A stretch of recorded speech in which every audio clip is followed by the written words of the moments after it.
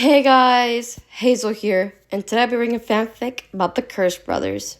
Enjoy and Merry Christmas. The long walk down the hall. Derry's POV. I was in the middle of counting inventory when the phone rang. Not the good kind of ring either. The sharp clip sound that cut through the hum of the shop and went straight to the knot that lived permanently in my chest. I wiped my hands on my jeans before picking it up, already knowing, in that awful older brother way, that whatever was on the other end was going to have Ponyboy's name attached to it. "Curtis Roofing," I said. There was a pause, then a woman's voice, polite but tight. "This is the principal's office at Windrixville High. Is this Daryl Curtis?" My shoulders stiffened. "Yes, ma'am." "We need you to come down to the school as soon as possible. Ponyboy has been sent to the office due to repeated disruptions in class." Repeated. I closed my eyes and exhaled slowly through my nose. "Is he hurt?" "No," she said, and I could hear papers shuffling. But his behavior today was excessive. That word landed heavy.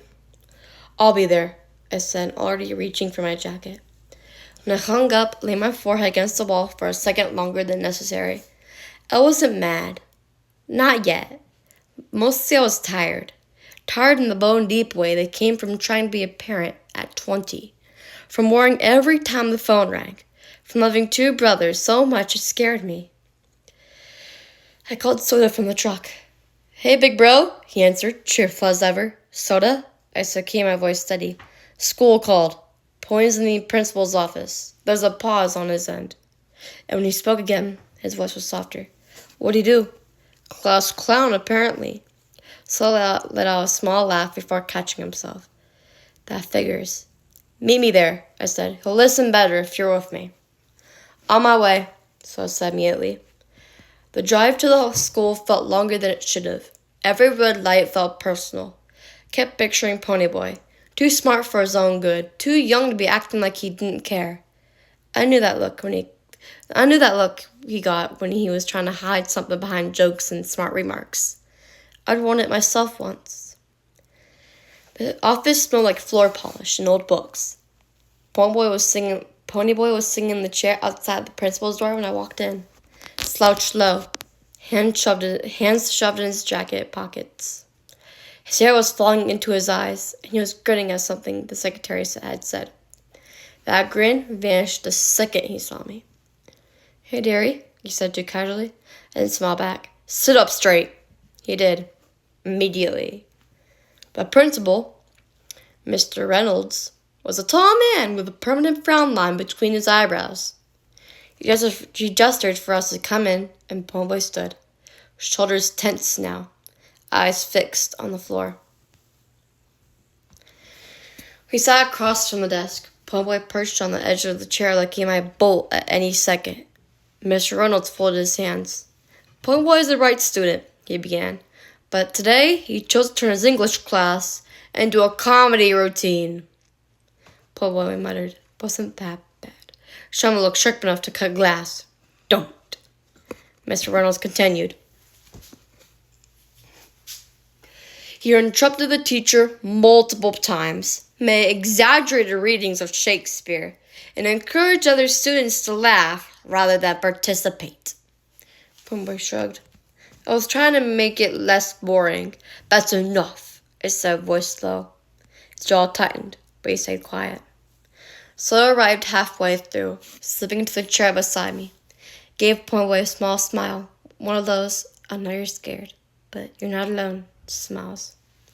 Mr. Reynolds sighed. "This isn't the first incident.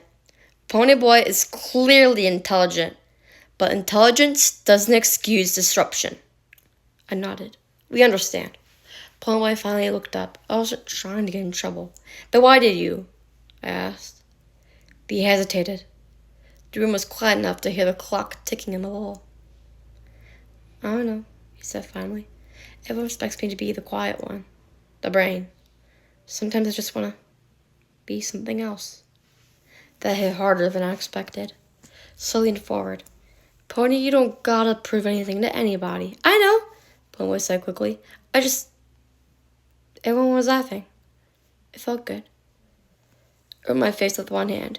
You think I don't get that? You think I don't know what it's like to want people to look at you and see more than what they expect?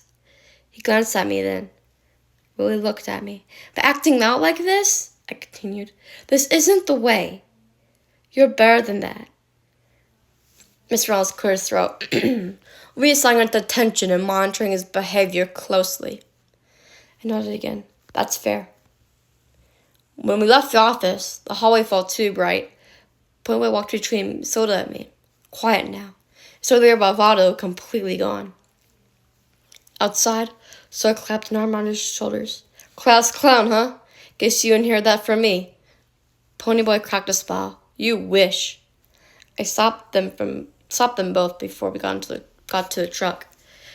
Ponyboy looked up at me, bracing himself.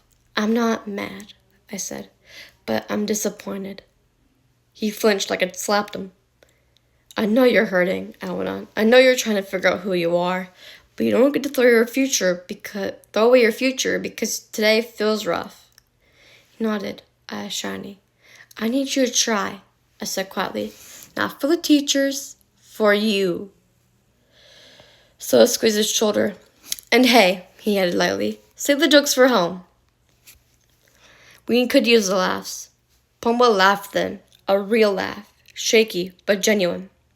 As we drove home, I watched him in the rearview mirror, staring out the window, thoughtful and subdued. I knew this wouldn't be the last phone call. Raising Pointway wasn't a straight line. It was a series of detours and wrong turns and moments like this.